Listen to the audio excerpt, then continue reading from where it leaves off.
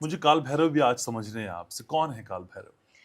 काल भैरव देखा जाए तो रुद्र का पंचम अवतार है, रूप है, हुँ, भगवान शिव के ही रूप हैं हुँ, काल भैरव। हुँ, और महादेवी को बहुत प्रिय हैं, देवी दुर्गा को बहुत प्रिय हैं काल भैरव। हुँ, क्योंकि आपको पूरी कहानी पता होगी कि वैष्णो देवी में जब देवी माता गुफा में बैठ के तपस्या हुँ, कर रही थी तो भैरव बाबा आए थे, वो कैसे-कैसे उन्होंने फिर वरदान दिया माता ने हुँ, उनको हुँ, अपने प्रिय भक्त होने का।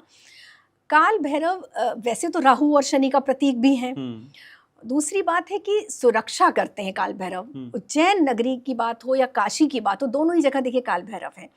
काशी के काल भैरव को हम काशी के कोतवाल कहते हैं कि उनकी परमिशन के बाद उसमें कहते हैं सबसे पहले आप उनके दर्शन कीजिए, फिर आप काशी विश्वनाथ के कीजिए। हुँ, उज्जैन में भी कुछ लोग उसी परंपरा का अनुसरण करते हैं, लेकिन मुझे लगता है कि उज्जैन के राजा सिर्फ महाकाल हैं, हुँ, महाराज हैं। तो सबसे पहले आपको महाराज के यहाँ जाकर ही साष्टांग प्रणाम करना चाहिए, अपनी उपस्थिति दर्ज करानी चाहिए।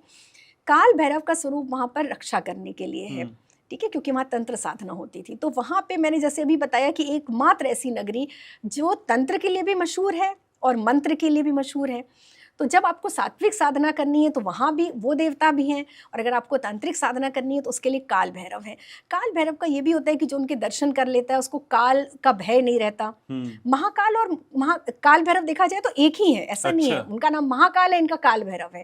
तो स्वरूप एक ही है, वो थोड़ा हुँ, ज़्यादा स्वरूप रौद्र स्वरूप है काल भैरव का, जो कि भगवान का एक रौद्र स्वरूप हम मानते हैं। हुँ, जैसे कि जब भगवान गुस्से में थे, बहुत ज़्यादा क्रोध में थे, जब सती ने आत्मदाह किया था तो उन्होंने वीरभद्र को उपस्थित किया था। हुँ। तो कुछ-कुछ वैसा ही स्वरूप हम काल भैरव का मानते हैं।